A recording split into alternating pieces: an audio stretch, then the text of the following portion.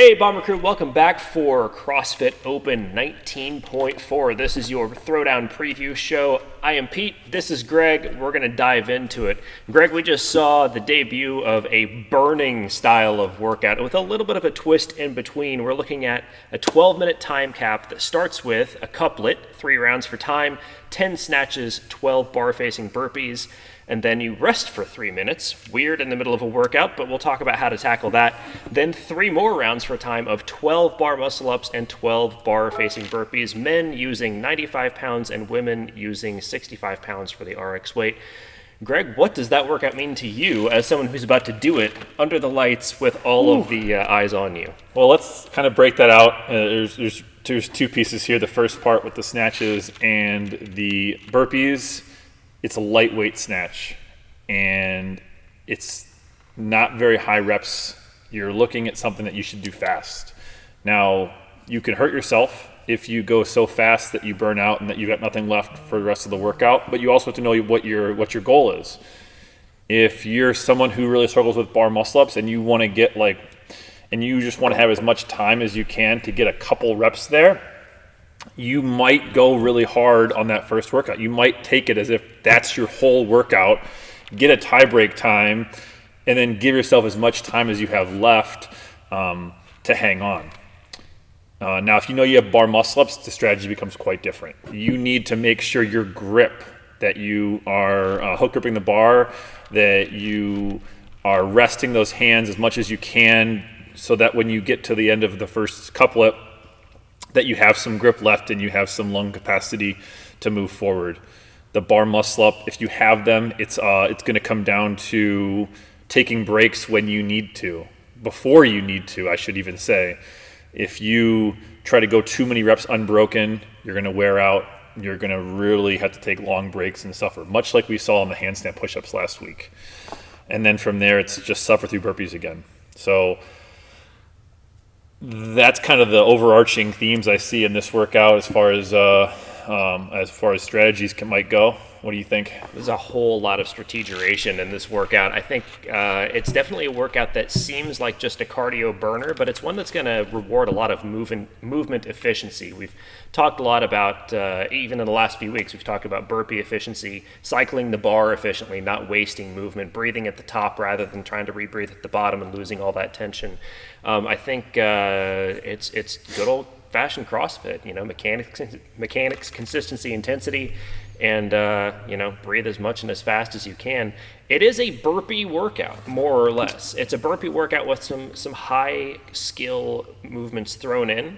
And what that's going to mean is that you're going to want to take advantage of big, deep, full belly breaths as much as you can. Keep your nervous system calmed down and keep a whole bunch of oxygen flowing in your system. And also, and this I think is a very unique challenge for this workout, how are you going to utilize that 3 minutes rest?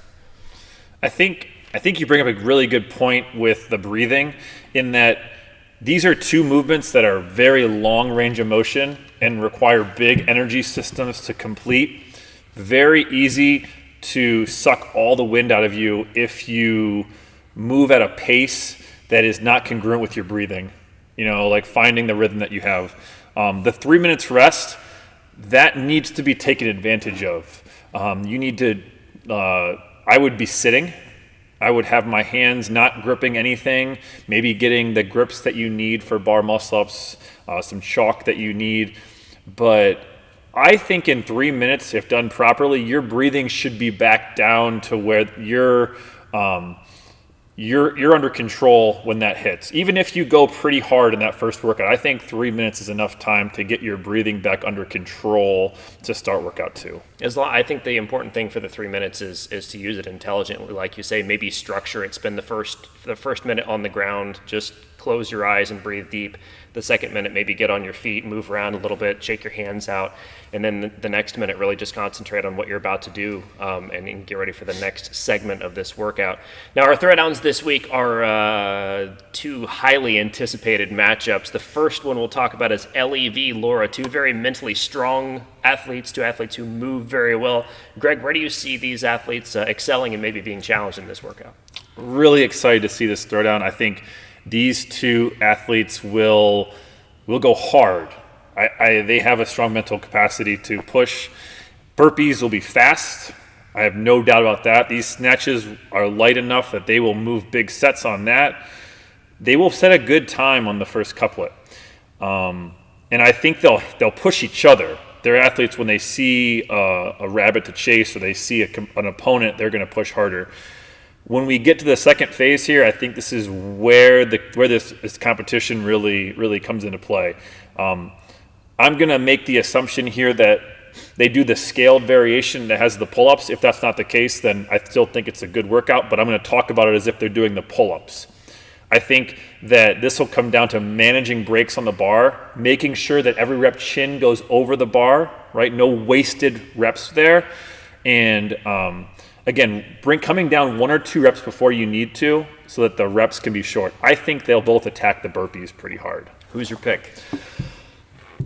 I'm going to say Ellie, because I coach so many classes with her in the morning at 5 and 6 a.m. and I love watching her compete with the group in there, and I'm going to put my money on her for the throwdown. Good thing we're putting large amounts of money on this, of course. I am going to go Laura. I think Ellie is very wily, but I think Laura's got the lungs. Okay.